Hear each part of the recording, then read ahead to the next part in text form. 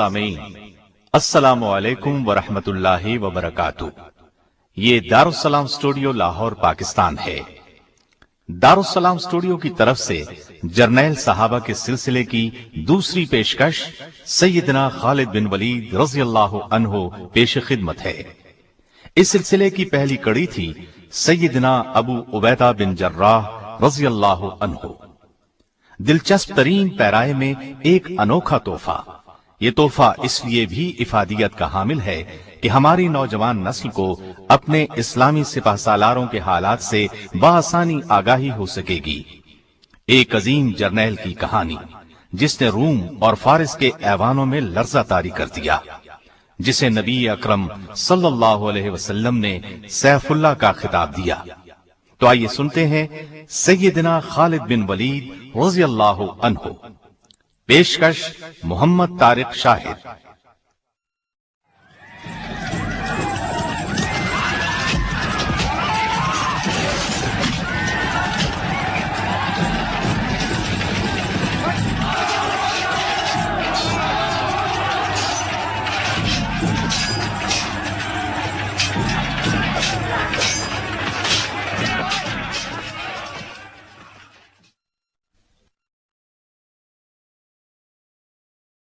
وَجَاهِدُوا فِي اللَّهِ حَقَّ جِهَادِهِ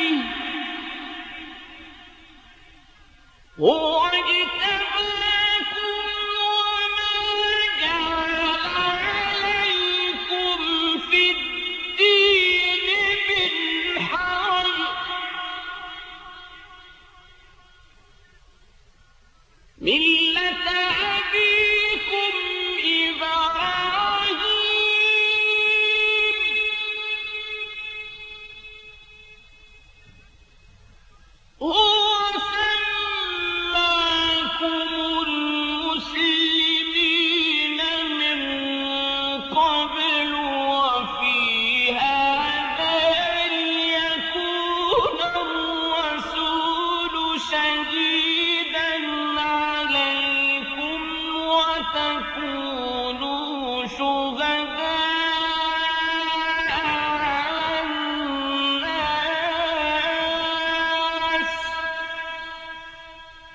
اللہ کی راہ میں جہاد کرو جیسا کہ جہاد کرنے کا حق ہے۔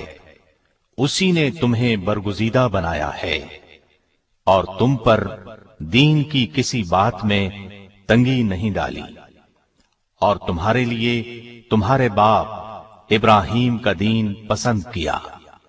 اللہ نے پہلے یعنی پہلی کتابوں میں تمہارا نام مسلم رکھا تھا، اور اس کتاب میں بھی تمہارا یہی نام رکھا ہے۔ لا يستوي القاعدون من المؤمنين غير أولي الضرر والمجاهدون في سبيل الله بأموالهم وأنفسهم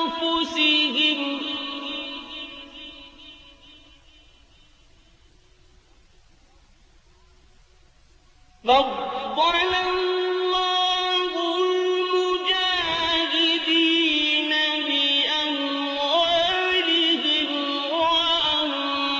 وأنفسهم على القاعدين درجة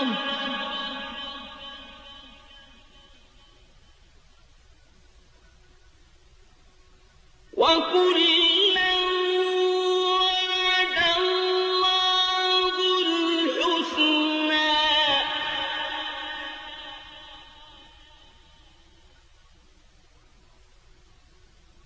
وفضل الله المجاهدين على القاعدين أجرا عظيما۔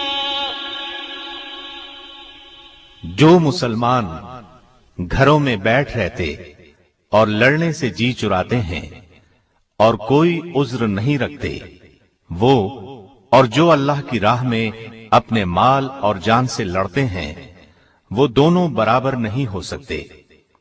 اللہ نے مال اور جان سے جہاد کرنے والوں کو بیٹھ رہنے والوں پر درجے میں فضیلت بخشی ہے، اور گو نیک وعدہ سب سے ہے، لیکن اجر عظیم کے لحاظ سے اللہ نے جہاد کرنے والوں کو بیٹھ رہنے والوں پر فضیلت بخشی ہے۔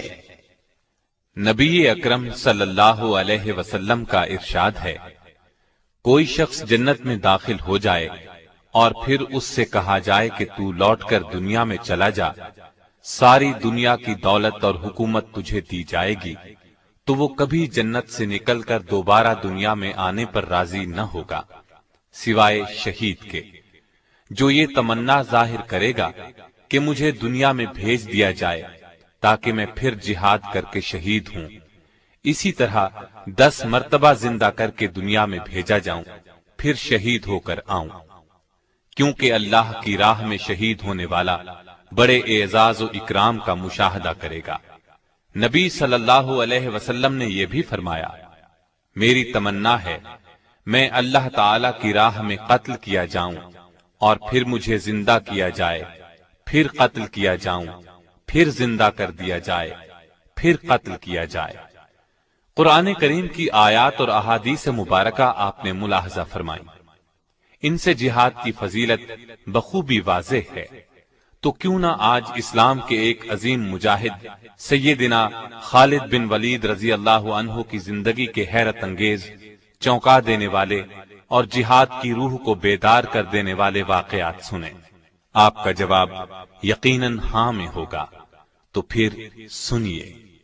سیدنا خالد بن ولید غزوہ احد میں ابھر کر سامنے آئے۔ یہ اس وقت کفار مکہ کے لشکر میں شامل تھے اور ایک دستے پر سالار تھے۔